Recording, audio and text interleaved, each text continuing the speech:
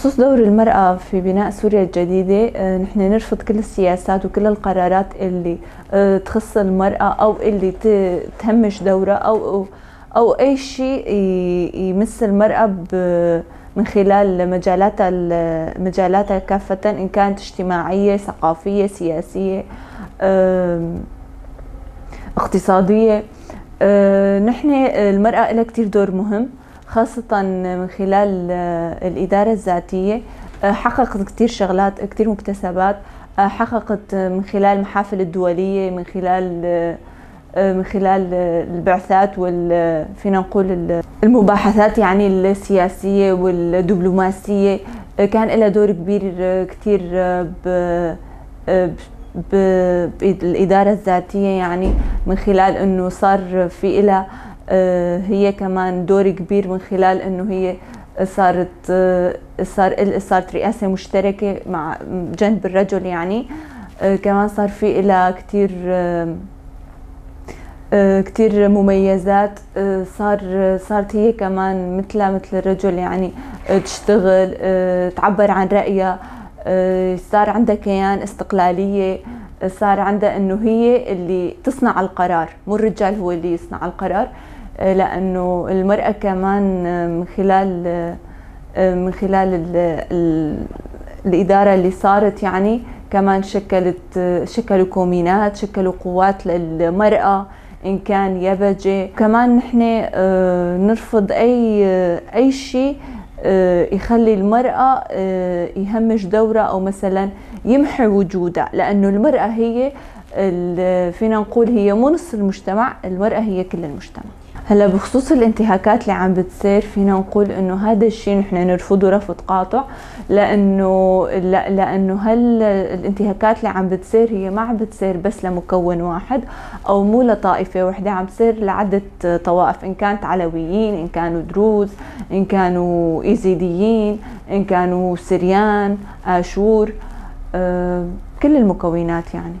هلا إذا بدنا نحكي على الهدف هو كتير واضح. الهدف هو إنه يزرعوا الطائفية بين المكونات، يخلون فينا نقول مثل الزمان قديم، إنه يعني يصير في مجازر، يصير مثلا في مثل شرخ طائفي بالمكونات، يعني يصير في كره، يصير في حقد، يصير في مثلا عدم تكاتف، يصيروا انه يعني يصير هن دورهم الرئيسي انه يفرقوا المكونات، يخلوا بس لون واحد، شعب واحد، علم واحد، رأي واحد.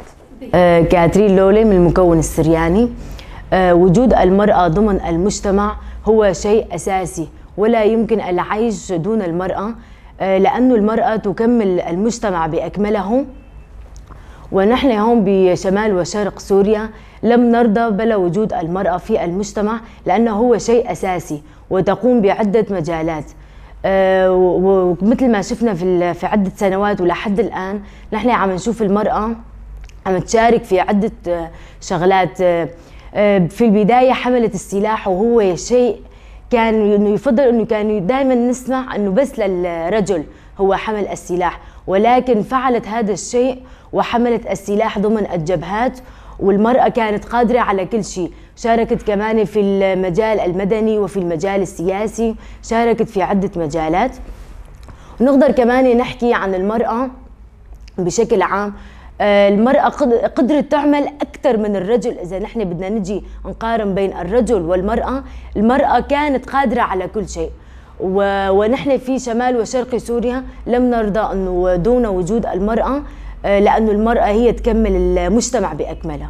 كنا نشوف أنه في مناطق الداخل مثل تكسير الكنائس، تكسير الصلبان، كمان بالنسبة للشجر كمان حرقوا الشجر. يعني أنه نحن شو عم نستفاد هلا لما عم نجي عم نقرب على انه على الدين؟ نحن يعني ما رح نستفاد ولا شيء، بالعكس لازم نحن نكون كلياتنا ايد وحده.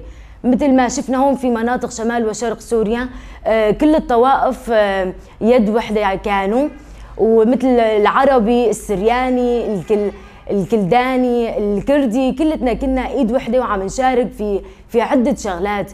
يعني شاركنا كثير مع بعضنا واشتغلنا كثير مع بعض. واتمنى كمان في مناطق الداخل يكونون مع بعض كلياتن شعب واحد وايد وحده.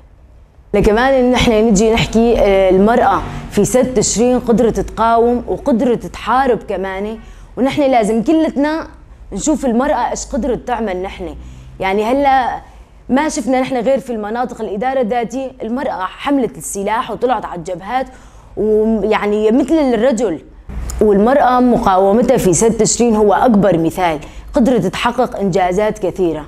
لا أتمنى كلتنا نضل إيد وحدة مع بعضنا مثل كل السنوات لما حطينا إيدنا بإيد بعضنا واشتغلنا مع بعضنا في عدة مجالات. أتمنى كمان هذا الشيء بالعكس للتقدم وللتطور لأن أكثر كمان، وبالتوفيق للجميع.